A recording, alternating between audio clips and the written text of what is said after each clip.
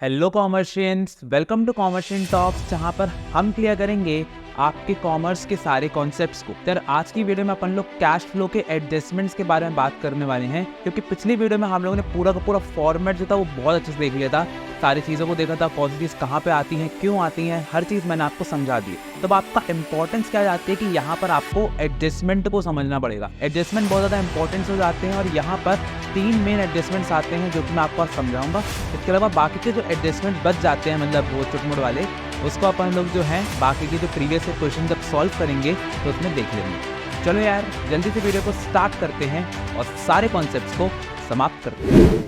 तो सबसे पहले यहाँ पर आ जाता है कैश फ्लो स्टेटमेंट। तो अब देखो, जो कैश फ्लो स्टेटमेंट है, आज हम क्या करने वाले हैं, उसके एडजस्टमेंट्स। ठीक है, लिख लेता हूँ।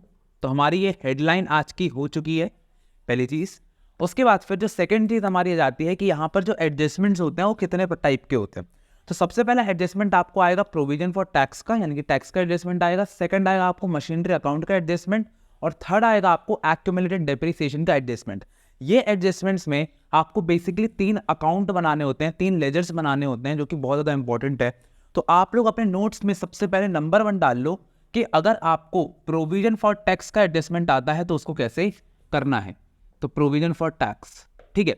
अब देखो, होता क्या है कि आपका जो कैश फ्लो की बैलेंस शीट दी होती है, यानी कि नॉर्मल जो अपन को क्वेश्चन दिया होता है, उसमें क्या होता है कि एक क्वेश्चन में अगर आपको प्रोविजन फॉर टैक्स दिया हुआ है, फॉर एग्जांपल वो कैसे दिया रहेगा, ये आपकी बैलेंस शीट है, तो यहाँ पर आपको 2018 का कुछ अमाउंट दिया रहेगा, 2019 का कुछ अमाउंट दिया रहेगा, ठीक है। तो प्रीवियस ईयर और करंट ईयर दोनों का अमाउंट दिया रहेगा। अगर ऐसे दिया रहता है, नॉर्मली दिया रहता है, और इसके अलावा कोई भी एडजस्टमेंट नहीं दिया है, यानी कि आपको नीचे एडजस्टमेंट्स में कुछ नहीं दिया है, तो आप डायरेक्टली जो करंट ईयर है इसको आप वर्किंग नोट में शो कर दोगे, यानी कि ये चीज जो होती है आपकी वर्किंग नोट में शो हो जाती है। वर्किंग नोट में आप इसको ऐड अप कर दोगे, यानी कि अगर आपको याद हो पिछली वीडियो में कि हमारा जो net profit before tax interest and tax होता है, उसको निकालने के लिए हमको प्रोविजन फॉर टैक्स को प्लस करना पड़ता है वर्किंग नोट में। तो जो हम लोग वर्किंग नोट है उसमें इस चीज को ऐड अप कर देंगे, और फिर जो हमारा जो वो होता है ना, क्या बोल सकते हैं उसको, जो हमारा कैश फ्लो का ऑपरेटिंग एक्टिविटीज होता है, ठीक है। तो यहाँ पर जो कैश फ्लो की ऑपरेटिंग एक्टिविटीज होता है उसमें हम लोग टैक्स को डिडक्ट भी करते हैं। तो यहाँ पर जो प्रीवियस ईयर होता है उससे हम लोग जो है ये वाला जो टैक्स है इसको ऑपरेटिंग एक्टिविटीज में डिडक्ट कर देंगे। फिर से एक बार बता देता हूँ, जो हमारा करंट ईयर है उसको वर्किंग नोट में हम लोग क्या करेंगे, यहाँ पर प्लस कर देंगे, वर्किंग नोट में प्लस हो जाएगा, और जो प्रीवियस ईयर होता है उसको हम लोग ऑपरेटिंग एक्टिविटीज में टैक्स के रूप में माइनस कर देंगे। ये कब होता है, जब आप कैश ऑपरेटेड निकाल लेते हो। अगर आपको सब चीज़ें नहीं समझ में आ रही तो फर्स्ट वाली वीडियो देख लेना, ठीक है, क्योंकि मुझे लग रहा होगा कि नहीं समझ में आ रही, ठीक है। अब यहाँ पर ये दोनों चीज़ें बिल्कुल नॉर्मल चलती है। अब यहीं पर सेकंड केस क्या आता है कि आपको अगर कोई भी एडजस्टमेंट दिया है, ठीक है। अब एडजस्टमेंट टैक्स का 2 प्रकार से होता है। कैसे 2 प्रकार से होता है? एक होता है कि आपको दिया रहता है टैक्स प्रोवाइडेड, और एक दिया रहता है टैक्स पेड। ये 2 वर्ड्स आपको पास आते हैं जो कि आपको समझना पड़ता है, और ये आपको कोई भी अमाउंट वो लोग दे सकते हैं। अब दोनों केसेस में क्या करना है, तो यहां पर जब भी आपको ऐसा कुछ चीज दिख जाए एडजस्टमेंट्स में, तो आपको एक लेजर बनाना पड़ेगा। लेजर बनाने के लिए आप सबसे पहले डालोगे हेडिंग प्रोविजन फॉर टैक्स, और ये सब कुछ वर्किंग नोट में होगा बच्चों। तो यहाँ पर सबसे पहले अपन डाल दे पर्टिकुलर्स अमाउंट, ठीक है। उसके बाद फिर हमेशा क्या होता है, कोई भी लेजर का एक ओपनिंग बैलेंस होता है। ओपनिंग बैलेंस का मतलब क्या है, जो आपका टू बैलेंस ब्रॉट डाउन या फिर बाय बैलेंस ब्रॉट डाउन होता है। तो जो ब्रॉट डाउन होता है वो किस साइड आएगा, तो सबसे पहले थोड़ा सा मेहनत मैं भी कर लेता हूँ कि यहाँ पर पर्टिकुलर अमाउंट की हेडिंग डाल देता हूँ ताकि बच्चों को सही रहे। वैसे तो मैं ये सब चीज़ें करता नहीं हूँ, बट कोई बात नहीं, आपको अच्छे से बनाना है, ठीक है। मैं थोड़ी सी लिबरल, यहाँ पर लिबर्टी मेरे पास होती है। अब देखो सर, यहाँ पर सबसे पहले हमको ओपनिंग बैलेंस देखना पड़ेगा। अब यहाँ पर ओपनिंग बैलेंस क्या होंगे, ये वाले होंगे, यानी कि आपको क्वेश्चन में ये भी गिवन है, ये भी गिवन है। तो अब आप क्या करोगे, ओपनिंग बैलेंसेस इससे लोगे। एक और चीज आपको समझना है कि एक बार आपके पास एडजस्टमेंट आ जाता है तो इनकी वैल्यू समाप्त हो जाती है, इनकी वैल्यू खत्म। अब इनका आपको कहीं पर नहीं डालना है, ये दोनों चीजें आपको नहीं करना। अपन इसके लिए ही वर्किंग नोट और ऑपरेटिंग एक्टिविटी के लिए अलग से लेजर बना रहे हैं। तो अब यहाँ पर बाय बैलेंस ब्रॉट डाउन होगा। कोई बच्चा पूछेगा भैया ऐसा क्यों होगा, तो मैं ये चीज बोलूंगा कि भैया यहाँ पर जो बाय बैलेंस ब्रॉट डाउन है वो इसलिए होगा क्योंकि एक लाइबिलिटी है, और लाइबिलिटी का बैलेंस हमेशा क्रेडिट साइड से शुरू होता है। All liabilities are credited. समझ में आ रहा है अपना रूल, ठीक है, पहली चीज। सेकेंड चीज है कि यहाँ पर टू बैलेंस ब्रॉट डाउन हो जाएगा इसका क्लोजिंग बैलेंस। ठीक है, यहाँ पर for example upon figure assume करते हैं कि यहाँ पर प्रीवियस ईयर जो था वो 50,000 था और यहाँ पर ये 1 लाख था। तो यहाँ पर जो 50,000 है वो यहाँ आ जाएगा और 1 लाख रुपए यहाँ पर आ जाएगा। अब अगर आपको यहाँ पर टैक्स प्रोवाइडेड दिया गया है, फॉर एग्जाम्पल ये दोनों अलग अलग एडजस्टमेंट, अगर आपको टैक्स प्रोवाइडेड दिया गया है तो यहाँ पर हमेशा टैक्स प्रोवाइडेड आता है। तो यहाँ पर अपन बोल सकते हैं बाय प्रोविजन फॉर टैक्स आता है और यहाँ पर आता है टू बैंक अकाउंट। ठीक है, जिसको हम लोग बेसिकली टैक्स पेड भी बोलते हैं। अब आपको एक और चीज ध्यान रखना है कि यहाँ पर ये जो चीज आ रही है ये चीज हमेशा ऑपरेटिंग एक्टिविटीज में माइनस होगी और ये चीज हमेशा वर्किंग नोट में प्लस होगी। समझ में आ रहा है? ऑपरेटिंग में माइनस होगी, वर्किंग नोट में प्लस होगी। तो अगर आपको कभी भी टैक्स प्रोवाइडेड दिया है तो वो हमेशा ये होगा। तो अगर टैक्स प्रोवाइडेड आपको कितना दिया गया है, फॉर एग्जाम्पल दिया गया है आपको कितना दिया होगा, अगर आपको 1 लाख रुपए नहीं 1 लाख रुपए नहीं 2 लाख रुपए दिया गया टैक्स प्रोवाइडेड, तो 2 लाख रुपए अगर आपको यहाँ पर दिया है तो आएगा 2.5 लाख में से 1 लाख माइनस करो तो कितना हो गया 1.5 लाख रुपए। तो 1.5 लाख रुपए यहाँ पर आपका आ गया, ये आ गया आपका टैक्स पेड। समझ में आ रहा है? बस नॉर्मल फिगर्स लिए। अगर आपको टैक्स पेड लिखा है तो फिर आप क्या करोगे, फिर आप उल्टी चीज करोगे। आप यहां पर अगर आपको टैक्स पेड दिया गया है फॉर एग्जाम्पल कितना 20,000 रुपए, सो 1,20,000 ये हो गया तो 70,000 रुपए यहां पर आ जाएगा और इसको बैलेंस कर देना, ये चीज हो जाती है। समझ में आ रहा है? तो यहां पर आपका बैलेंस अगर या तो ये होगा या तो ये होगा, आपके ऊपर है आपको क्या दिया गया है। तो आपको वर्डिंग से समझना है कि क्या दिया है और उसके हिसाब से आप रख करके यहाँ पर खेल समाप्त कर दोगे। आई होप सो मैंने यहाँ पर आपको क्लियर कर दिया है। बाकी जो क्वेश्चन है उसमें अपन और क्लियर कर लेंगे। कुछ नहीं समझ में आया तो कमेंट सेक्शन में पूछ लेना। तो चलो आगे बढ़ते। तो अब हम लोग चलते हैं अपने एडजस्टमेंट नंबर 2 पर, जिसका नाम है फिक्स्ड एसेट अकाउंट, जिसको हम लोग प्यार से अपना मशीनरी अकाउंट भी बोलते हैं। तो यहाँ पर एक चीज़ का ध्यान रखना भैया कि यहाँ पर आप लोग नोट्स बनाते जाओ और यहाँ पर जो पूरी हेडलाइन है वो डाल दो, that is fixed asset account. तो जब भी आपको कोई भी फिक्स्ड एसेट हो, चाहे वो मशीनरी हो चाहे वो पेटेंट्स हो, क्योंकि पेटेंट्स एक इंटैंजिबल एसेट होता है, ठीक है, तो पेटेंट्स का अकाउंट बनता है, आपका नॉन करेंट इन्वेस्टमेंट का अकाउंट बनता है। सबकी प्रोसेस बिल्कुल सेम होती है क्योंकि यहाँ पर मैं आपको फिक्स्ड एसेट अकाउंट पढ़ा रहा हूँ, ठीक है।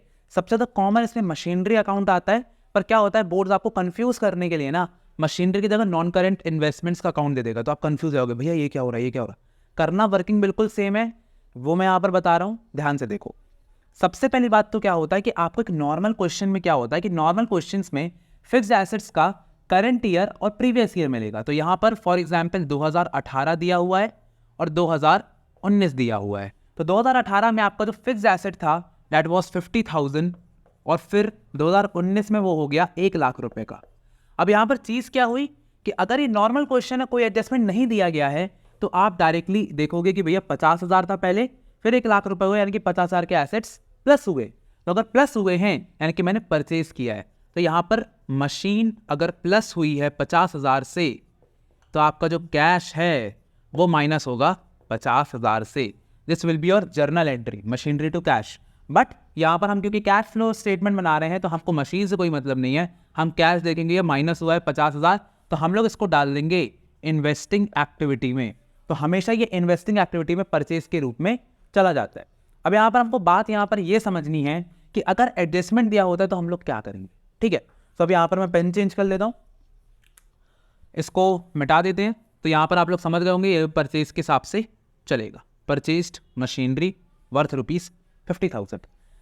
अब यहाँ पर एडजस्टमेंट आ जाता है, तो एडजस्टमेंट मैं आपको थोड़ा सा लिख के यहाँ पे बताता हूँ कि यहाँ पर लिखा होता है during the year a machine costing 40,000 with depreciation of 24,000 was sold at 20,000। ये हमारा एडजस्टमेंट आपको ऐसा मिलेगा, बहुत फेमस एडजस्टमेंट है ये, आपको 99% क्वेश्चंस में एडजस्टमेंट मिलता है, ठीक है। अब ये अपन को एडजस्टमेंट मिलता है तो हमारा काम सबसे पहले होता है कि हम इस एडजस्टमेंट को डिकोड करें, उसके बाद हम लोग लेजर बनाएंगे।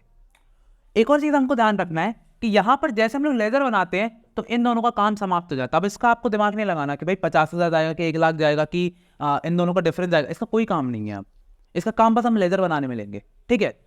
तो सबसे पहली बात, हमको इसका कुछ नहीं करना है। सेकंड बात, हमको इसको डिकोड करना है।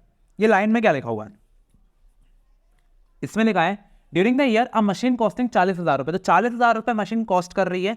तो यहाँ पर मैं छोटा सा इसका बना देता हूँ कि जो कॉस्टिंग है यानी कि बेस प्राइस, मैं इसको बेस प्राइस बोलूंगा। मशीनरी का कितना 40,000 है, उस पर डेप लगा है हमारा कितने का 24,000 रुपये का। तो मेरा डेप लगा है जिसको मैं माइनस करूंगा, लेस करूंगा 24,000 का। तो मेरी मशीनरी कितने की हो गई, मेरी मशीनरी यहाँ पर हो जाती है 40 में से 4 माइनस करो तो हो गया 36, 36 में से वो 20 माइनस कर दो तो हो गया 16। तो 16,000 की मेरी मशीनरी हो गई। इसके अलावा अब यहाँ पर बोला गया है कि वॉज सोल्ड एट 20,000, यानी कि ये जो मशीनरी जो कि एक्चुअली 16,000 की है, इसको मैंने सेल किया, सोल्ड हुई 20,000 में। तो मुझे बताओ, अगर 16,000 की मशीनरी तुमने 20,000 में सेल की है तो यहाँ पर क्या होगा, प्रॉफिट होगा, लॉस होगा? तो बोलोगे भैया ऑफकोर्स बात है, यहाँ पर प्रॉफिट होगा।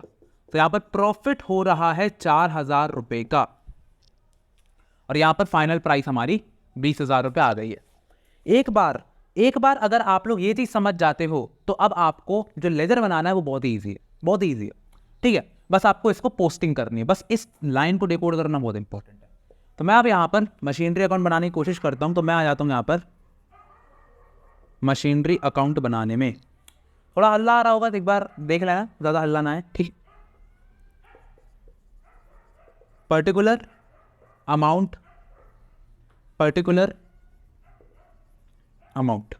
तो भैया मैंने यहाँ पर चीटिंग नहीं करी है, सब कुछ अच्छे से लिख दिया है।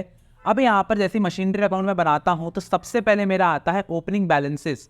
और मैंने आप लोगों को ओपनिंग बैलेंसेस में एक चीज़ बोली है कि कभी भी आप लोग जो ओपनिंग बैलेंसेस होते हैं एसेट के मामले में हमेशा डेबिट साइड से शुरू करोगे।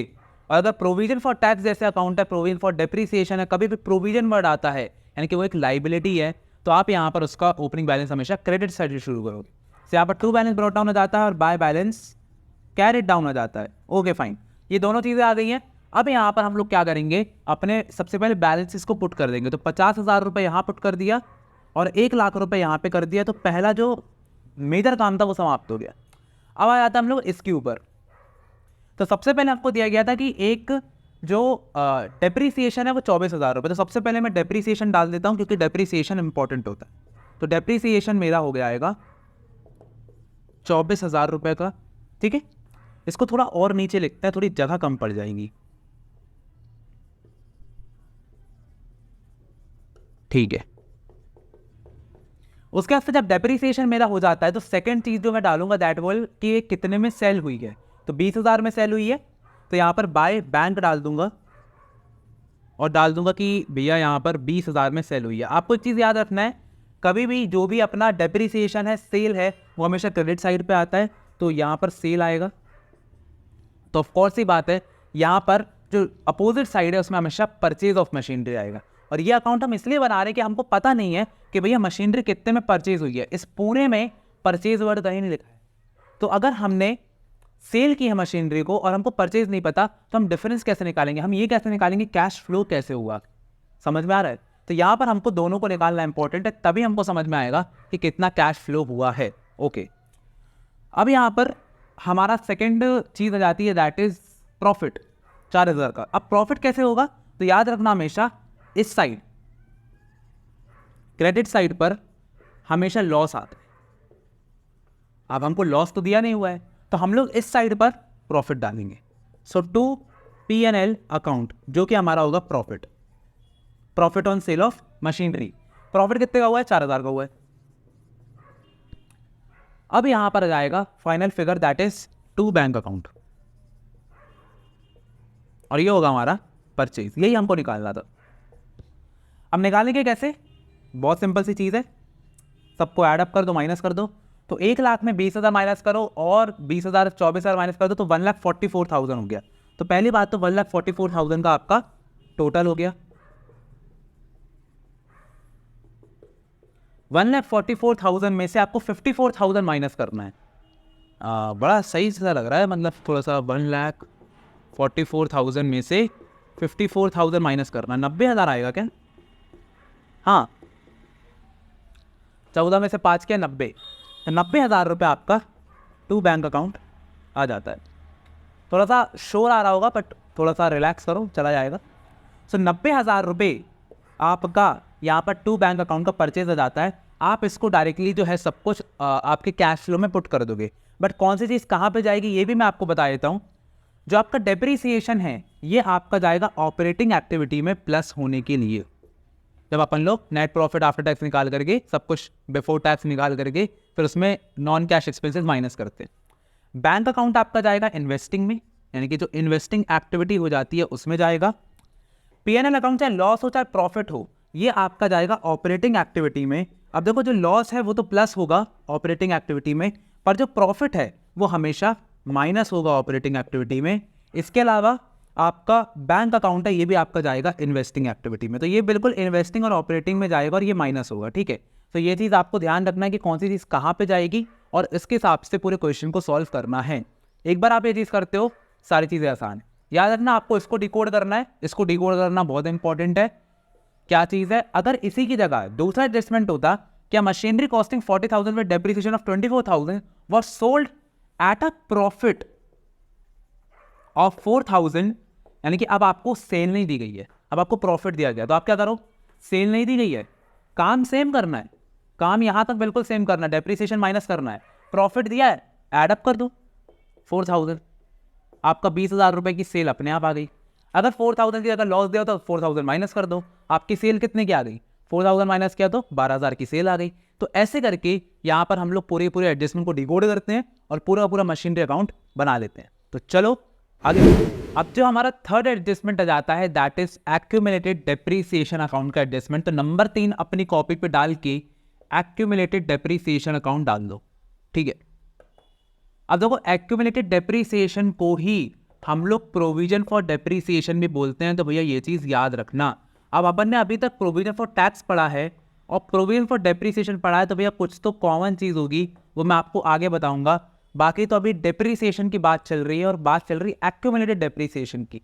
एक्यूमुलेटेड डेप्रीसिएशन का मतलब होता है कि जब आप एक मशीन को बेच रहे होते हो, जैसे कि अभी हमने बेची भी थी, तो उस मशीन पर हमारे पास एक्यूमुलेटेड डेप्रीसिएशन होता है, ठीक है। तो हमको वहां से क्या करना रहता है, डेप्रीसिएशन फॉर करंट ईयर, जो कि पूरे साल का डेप्रीसिएशन है, जिसको हम लोग ऑपरेटिंग में प्लस करते हैं, वो निकालना होता है। तो इसके अलावा हम लोग क्या करेंगे, अकाउंट बनाएंगे। पर भैया अकाउंट कब बनाना है, तो देखो अगर आपको एक नॉर्मल क्वेश्चन दिया गया है, जैसे कि आपको नॉर्मल क्वेश्चन बता देता हूं, जिसमें करंट ईयर और प्रीवियस ईयर दिया हुआ है, किस चीज़ का दिया है ये, तो पहले इसमें थोड़ा सा मेंशन करना पड़ेगा वरना बंदे कंफ्यूज हो सकते हैं। देखो ये तो अपना नॉर्मल है, ठीक है। तो यहाँ से स्टार्ट कर देता हूँ कि जिसकी फॉर एग्जांपल आपको कोई भी फिक्स्ड एसेट दिया है, कोई भी मशीन अकाउंट दिया है, ठीक है, और मशीन का आपका दिया गया है 2018 और 19 का, ठीक है। ये पता नहीं क्यों आज मैं लिख रहा हूँ, ये ईयर मेरा फेवरेट हो गया है, तो मैं इसका एक क्वेश्चन ले लेता हूँ, क्योंकि इसमें बहुत सारी हम ऐसे हाइपोथेटिकल नहीं बना सकते, इस पर क्वेश्चन ले लेता हूँ मैं। तो यहाँ पर मशीनरी एट कॉस्ट दिया गया है, इसका क्लोजिंग बैलेंस 420 और 4 लाख। तो यहाँ पर बेसिकली 420 और 4 लाख रुपए दिया गया है, ओके, कोई दिक्कत नहीं है, ठीक है। अब देखो यार नॉर्मल क्वेश्चन होता तो आप लोग क्या करते, 20,000 की मशीनरी परचेज पे दिखाए थे, पर ऐसा नहीं है, यहाँ पर हमको एडजस्टमेंट दिया हुआ है। तो अगर हमको दिया गया था during the year a machine costing 40,000 was with accumulated depreciation of 24,000 was sold at 20,000। अगर ऐसा दिया जाता तो हम लोग क्या करते, अगर ऐसा दिया जाता तो हम लोग कुछ नहीं करते। जैसे इसके पहले मैंने मशीनरी अकाउंट सिखाया था, मशीनरी अकाउंट बनाते, इस एक्यूमुलेटेड डेप्रीसिएशन को नॉर्मली ट्रीट करते, कोई दिक्कत नहीं थी, मतलब it is a normal depreciation. 24,000 रुपये ट्रीट करते, 24,000 को वहां पे डालते अकाउंट में, कोई दिक्कत नहीं थी। बट अगर हमको एक्यूमुलेटेड डेप्रीसिएशन वर्ड हमारे एडजस्टमेंट में लिखा हुआ है, प्लस यहां पर हमको अलग से एक और अकाउंट दिया गया है जिसको हम बोलेंगे एक्यूमुलेटेड डेप्रिसिएशन का अकाउंट, और इस पर भी हमको करंट ईयर और प्रीवियस ईयर की फिगर्स हमको मिल रही हैं। तब हम लोग बनाएंगे एक्यूमुलेटेड डेप्रिसिएशन अकाउंट। आपको समझ में आना चाहिए कब बनाना है। तो अब यहाँ पर एक्यूमुलेटेड डेप्रिसिएशन अकाउंट जो है उसकी फिगर हमको दी गई है 1, 10 और 1 लाख। तो 1, 10 यहाँ दिया गया है और 1 लाख रुपए यहाँ पर दिया गया है। अब खेल यहाँ पर थोड़ा सा डिफरेंट हो जाता है, समझ में आ रहा है। सो अब यहाँ पर अलग से सब कुछ दिया गया। अब हम लोग यहाँ पर सबसे पहले मशीनरी अकाउंट में बनाएंगे और उसके बाद फिर हम लोग जो है एक्यूमुलेटेड डेप्रिसिएशन अकाउंट बनाएंगे। क्यों बनाएंगे आपको बहुत हद तक समझ में आता जाएगा, ठीक है, कि मैं क्या चीज़ की बात कर रहा हूँ। तो मशीनरी अकाउंट बना देते हैं पहले। मशीनरी अकाउंट तो बनेगा बिल्कुल सेम जैसे पिछली बार बनाया था। तो इस बार आप लोग मेरे साथ बनाओ भैया जल्दी से।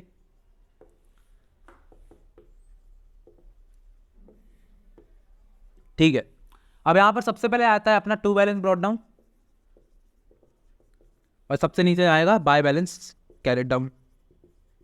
टू बैलेंस ब्रॉट डाउन अपना कितना हो जाएगा 4 लाख और 4 लाख 20। ठीक है, तो 4 लाख और 420 यहाँ पे जाएगा। जैसे मैंने यहाँ पे गलती करी ना, ऐसे ऐसे जीरो उसी में ऐसे लाइन कर दी, ये आप लोग मत करना, आप लोग अच्छे से ऐसे बनाना, ठीक है। तो आप लोग को डिफरेंस बता रहा हूँ कि अच्छे नंबर कैसे लाते हैं, तो थोड़ा सा प्रेजेंटेशन पे काम करना पड़ेगा, ठीक है। यहाँ पर अमाउंट अब ऐसे AMT मत लिखना, यहाँ पर अच्छे से लिखना AMMOUNT।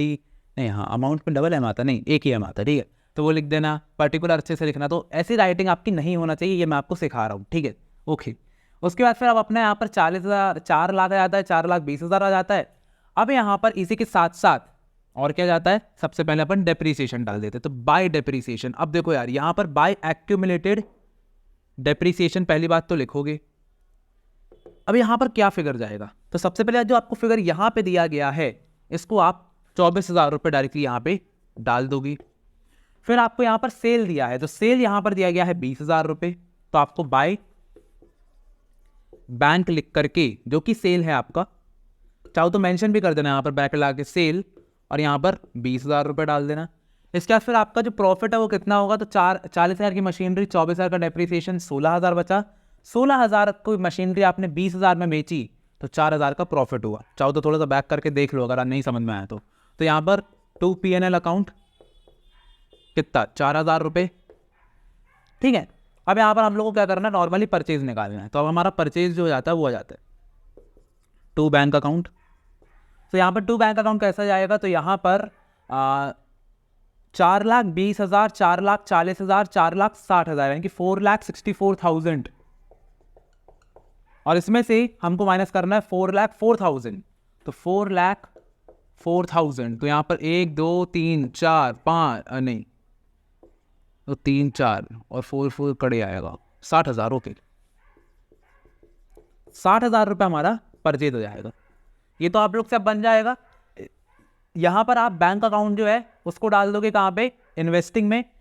ये वाला जो परचेज है, जो परचेज आया है अपना, इसको डाल दोगे आप इन्वेस्टिंग में, माइनस कर दोगे। P&L अकाउंट को डाल दोगे ऑपरेटिंग एक्टिविटीज में, इसको माइनस करोगे क्योंकि प्रॉफिट है। लेकिन डेप्रीसिएशन आप ऑपरेटिंग एक्टिविटीज में नहीं डाल सकते। ये डेप्रीसिएशन जो है सिर्फ और सिर्फ इस मशीनरी का है। हमको चाहिए depreciation for the current year, और उसके लिए हम लोग क्या बनाएंगे, पूरा का पूरा एक एक्यूमुलेटेड डेप्रीसिएशन अकाउंट बनाएंगे। ये आज बाहर का जो डॉग है ना वो बहुत ज़्यादा बार्किंग कर रहा है, बहुत बार्क कर रहा है, पता नहीं क्या हो गया इसको। एक्चुअली एक नया जो डॉग है वो आ चुका है यहाँ पर, ठीक है, और वो उसकी गर्लफ्रेंड के साथ, ठीक है, सब बेचारा थोड़ा सा दुखी है, कोई बात, बेस्ट फ्रेंड आ गया उसका, ठीक है, जो उसकी फीमेल डॉग है। ओके, नाउ अब अपन लोग क्या करते हैं, एक्यूमुलेटेड डेप्रीसिएशन अकाउंट बनाते हैं, ठीक है। ठीक है, तो यहाँ पर अब एक्यूमुलेटेड डेप्रीसिएशन अकाउंट,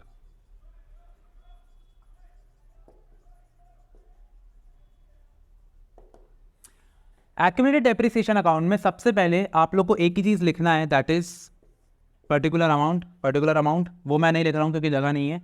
अब यहाँ पर सेकंड चीज़ है कि आपका जो ओपनिंग बैलेंस है वो हमेशा यहाँ पर आएगा, प्लीज़ इस चीज़ को ध्यान रखें। और क्लोजिंग बैलेंस हमेशा आपका इस साइड पर आएगा क्योंकि ये एक लाइबिलिटी है, उल्टा चलेगा। Okay, by balance brought down में आपका अब एक्यूमुलेटेड डेप्रीसिएशन का 1,10,000 और 1 लाख आ जाएगा। तो 1 लाख रुपये यहाँ डाल दो और 1,10,000 यहाँ डाल दो। इसके बाद फिर अब आपका जो एक्यूमुलेटेड डेप्रीसिएशन का पॉइंट दिया है जो कि यहाँ पर दिया जाए वो कहाँ पे आएगा, तो वो आएगा हमेशा डेबिट साइड पर। जिसको हम लोग लिखेंगे टू मशीनरी अकाउंट के नाम से। अच्छा भैया मशीनरी अकाउंट क्यों डाल रहे हैं? क्योंकि यही जो फिगर है 24,000 की, ये हमने ट्रांसफ़र कहीं ना कहीं की है। कहाँ गया ये पूरा माइंड मैप बना दिया मैंने। तो ये जो 24,000 है उसको हमने यहाँ पे ट्रांसफ़र किया, इसलिए टू मशीनरी अकाउंट लिखा हुआ है, समझ में आ रहा होगा। अब यहाँ पर जाएगा बाय, क्या जाएगा, डेप्रिसिएशन फॉर करेंट ईयर। ठीक है, फॉर करेंट ईयर डालना, बाय डेप्रिसिएशन डाल देना, अकाउंट डाल देना, खत्म बात। और यहाँ पर 1,10,000 में 24,000 प्लस करो तो 1,34,000 हो जाता है। 1,34,000 से 1,00,000 माइनस करो तो 34 हो जाता है। तो 34,000 विल बी योर आंसर, और ये जाएगा आपका ऑपरेटिंग एक्टिविटी में प्लस होने के लिए, जो कि आप डेप्रिसिएशन प्लस करते हो। ये आपका सिर्फ यहाँ पर यूज़ होगा और कहीं यूज़ नहीं होगा, यानी कि इसमें इसका कोई रोल नहीं है, इसका कोई रोल नहीं है, यहाँ पर भी इसका कोई रोल नहीं है, इसका कोई रोल नहीं है, कुछ नहीं करना है, बस जो आपने निकाला है उसको यूज़ करना है। तो आई होप सो यहाँ पर ये चीज़ आपको बिल्कुल क्लियर होगी कि हम लोग ये चीज़ क्यों कर रहे हैं। हमको निकाला था डेप्रिसिएशन फॉर करंट ईयर, और ऐसे करके यहाँ पर हम लोग ये दोनों अकाउंट को समाप्त करते हैं। और हमारा जो मतलब बहुत बड़ा, सबसे ज़्यादा डिफिकल्ट अगर मैं बोलूँगा तो यही चीज़ थी, और ये चीज़ बहुत ही ईजिली हमने इसको समाप्त कर दिया है। मतलब इसमें कुछ था नहीं, बस लोग बना देते हैं कि यार 2 अकाउंट बनाने हैं, तो कुछ नहीं है, ये बना लो, हो गया। इसके अलावा और कोई अकाउंट आपको नहीं बनाना होता है। तो हमारे 3 जो मेजर एडजस्टमेंट है आज वो समाप्त हो गए। तो यार अगर वीडियो पसंद आई हो तो लाइक करो, सब्सक्राइब करो, कमेंट करो और ज़्यादा से ज़्यादा शेयर करो, ताकि सबकी हेल्प होती रहे। मिलते हैं अगली वीडियो में, तब तक के लिए ऑल द बेस्ट।